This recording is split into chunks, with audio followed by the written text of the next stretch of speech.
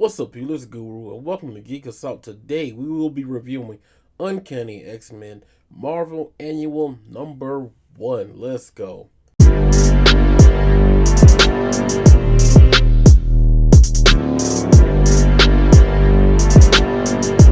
Perfect. Yo.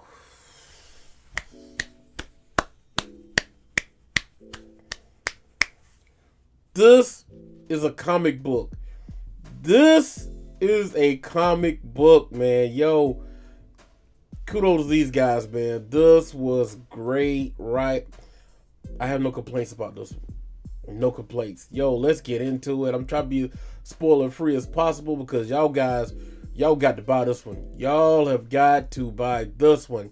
Yo, they brought Cyclops is back to life now, man. And the way they did it was perfect. It made sense. Yo, man, they covered all bases.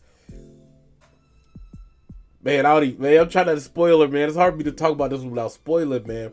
But yo, they well, man, Cable, the younger version of Cable, who killed the old Cable, I guess. He killed himself, the older version of himself, so he's a newer, improved himself. And he comes in contact with the scientist that we found out that Cyclops had saved back in the day. And the way they drew it, oh my gosh. I don't know if this really happened back in the day or what, but they did it with like an old art style. It meant like it was on old paper with old coloring, like one of those old comic books. It was just perfect. You could just tell it was a flashback, man. I mean, yo, it was good. It was real good the way they did this one, man. Yo, let me stop fanboying. But yo, so Cyclops saved this dude back in the day. He was a scientist and a father, but this guy was trying to get at him was I guess quote unquote it was a bad guy. Cyclops wins the day, defeats this guy who was controlling robots to try to get at the young boy, the young scientist. Okay, so boom, Cyclops handled business, did his thing, and so the guy is arrested. Flash forward to the future. They have one thing I will say, you really gotta pay attention because they have a ton of time skips, but it keeps you in order because it tells you exactly when. So you got to keep in your mind, this happened this time, this happened that time, and this happened this, and they're going back and forth. So, but then they keep going forward. But you got to pay attention to the dates. You got to pay attention to the dates. And the guy told him like pretty much owed him a favor. So flash forward to the future. It goes through all the stuff we're going through, and we find Cyclops is dead from back when the issue they had with the Inhumans. He died from, I guess, whatever that virus was. And the mist and that, whatever it was, the Terrigen mist. He dies from that. And, of course, the Queen did all the stuff with her mind wiping and stuff, man, and messed everything up. They review all of that. That's no spoiler, all right? She did what she did. So we find out Cyclops' body is still there. So Cable has to go back and find this guy that he was talking to at the beginning about a certain type of, how can I put it? He wanted him to invent something that could control a certain type of power. And he showed him a part of this technology that it didn't work the first time. So he's thinking that this guy can make this technology work and make it in a very smaller, compact version and a more efficient version that actually works, because this one couldn't hold. It didn't work correctly. I don't want to spoil anything for you. So the guy said he couldn't do it. He didn't know if he could do it. The guy said, well, Cable pretty much like, well, you got 2 years to perfect this thing. So he like shook, like, damn, So he come to find out they're over Cyclops' body, and the guy invented it. And he hasn't tested it out. He don't know what's going to go on. So, boom, they use the device. Cyclops is revived. So we go to find out, my man Cable is giving the whole spiel, and the guy was thankful, like, you saved me. This is, I'm repaying you what I did. So they tell him what had to be done in order to revive him. Well, Cable did. So Cable's keeping him in hiding, but Cable is going on like little missions, going back and forth, and pretty much Cyclops is hidden away from everybody. He's trying to find out, well, where's Jean, where's Jean, where's Jean, and he's like, and he's kind of regretting all the things he had done because he did kill Professor X. He actually became like Magneto. He did a lot of dirt, so he's kind of regretting all the things he had did. At the same time, he's still worried about his team, and he also knows that he did die, not even before Cable had told him. And he's trying to get back to, but Cable's hiding stuff from him, and he's trying to figure out what's going on.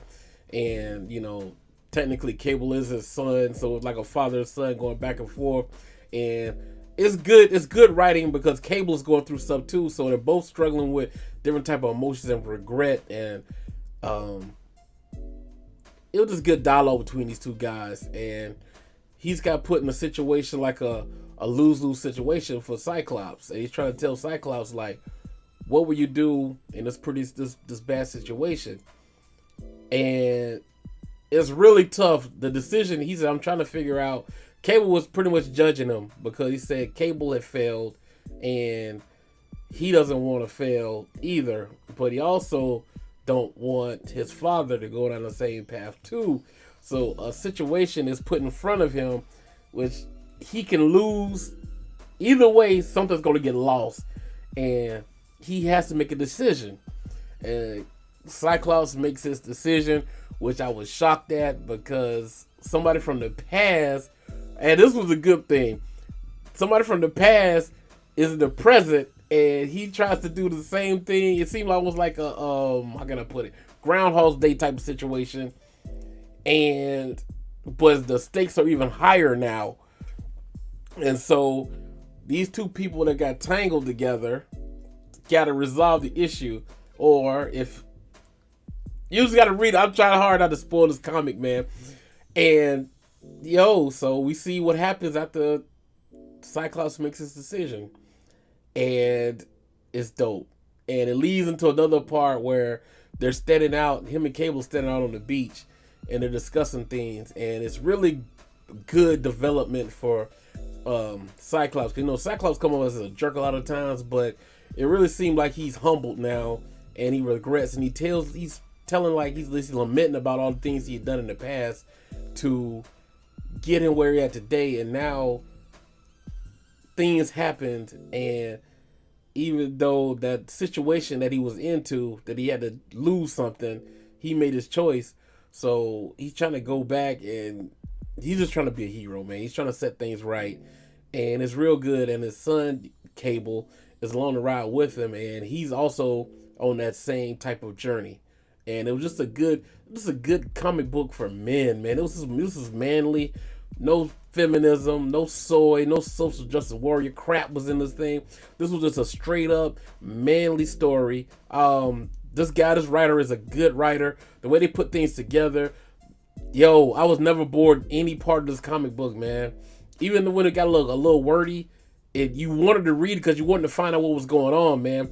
Scale of 1 to 10, I gotta give this one a 9. Must pick up, man. Go pick up this issue, man. Not just for the whole first issue. Colossus is back now. Let me go pick up this. This was a legitimate good comic, man. This was good writing. This is one of the best comic books I read this year, if not the best one, hands down. And I'm not overhyping this. This was a good book. And if you're an X-Men fan, support this one, man. Go out and buy this one. Support your local comic book stands, man. They're having hard times right now. But this one is a good read, especially if you're an X-Men fan, Cyclops fan, or you just want to read a real good comic book, man, from back in the. This is it, man. This one is it. Man, can't say enough, man.